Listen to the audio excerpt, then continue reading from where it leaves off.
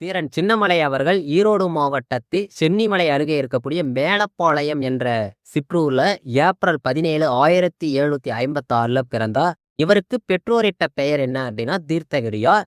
இவருடைய அப்பா பேரு ரத்தினசாமி. தாயார் பெயர் பார்த்தீங்கன்னா பெரியாத்தாள்.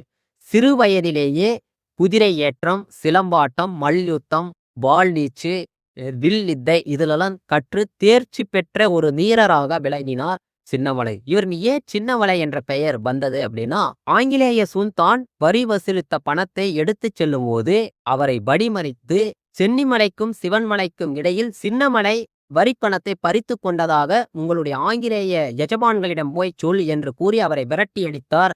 அதனாலேயே தீர்த்தகிரியார் என்ற பெயர் மாறி இவருக்கு சின்னமலை என்ற பெயர் வந்தது. தீரன் சின்னமலை என்ற பெயர் இவருக்கு கிடைத்ததாயிற்று. திப்பு சுல்தானுடன் இணைந்து ஆங்கிலேயர்களுக்கு எதிரான பல்வேறு போரில் இவர் ஈடுபட்டிருக்கிறார். அதற்கு பிறகு ஓடாநிலை என்ற இடத்துல, திருப்பூர் மாவட்டத்துல காங்கேயம் என்ற இடத்துல, காவிரிக்கரை ஓரம் ஓடாநிலை என்ற இடத்துல கோட்டை அமைத்து அங்கு ஆங்கிலேயருக்கு எதிராக போரிடக்கூடிய ஒரு மாவீரனாக இவர் இருந்தார். காவிரி போர், ஓடாநிலை போர், காங்கேயம் போர், இந்த அடுத்தடுத்த ஆண்டுகள்ல நடக்கக்கூடிய இந்த 3 போர்களிலும் ஆங்கிலேயரை புறமுதுகிட்டு ஓட வைத்த ஒரு நபர் உண்டென்றால் அவர் தீரன் சின்னமலை அவர்கள்.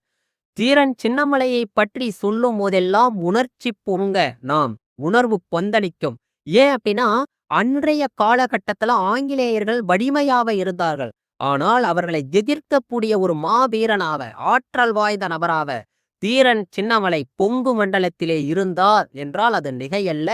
அன்று திப்பு சுல்தானோடு சேர்ந்து ஆங்கிலேயர்களை கடுமையாக எதிர்த்த ஒரு மாவீரன் தமிழகத்திலே உண்டென்றால் அது தீரன் சின்னமலை அவர்கள். திப்பு சுல்தான் மறைவுக்கு பிறகும் அசைக்க முடியாத ஒரு சக்தியாக, வீழ்த்த முடியாத ஒரு சக்தியாக தீரன் சின்னமலை இருந்தா, நல்லப்பன் என்ற சமையற்பாளரின் உதவியோடுதான் இவரை சாய்த்த முடிந்தது.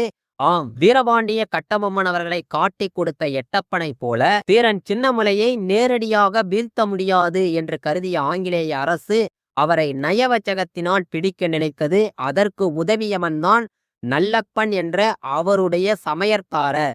அந்த சமையற்காரரின் புனை கொண்டு தீரன் சின்னமலையை கைது செய்து சங்ககிரி கோட்டையிலே ஜூலை மாதம் 31 தூக்கிலிட்டார்கள்.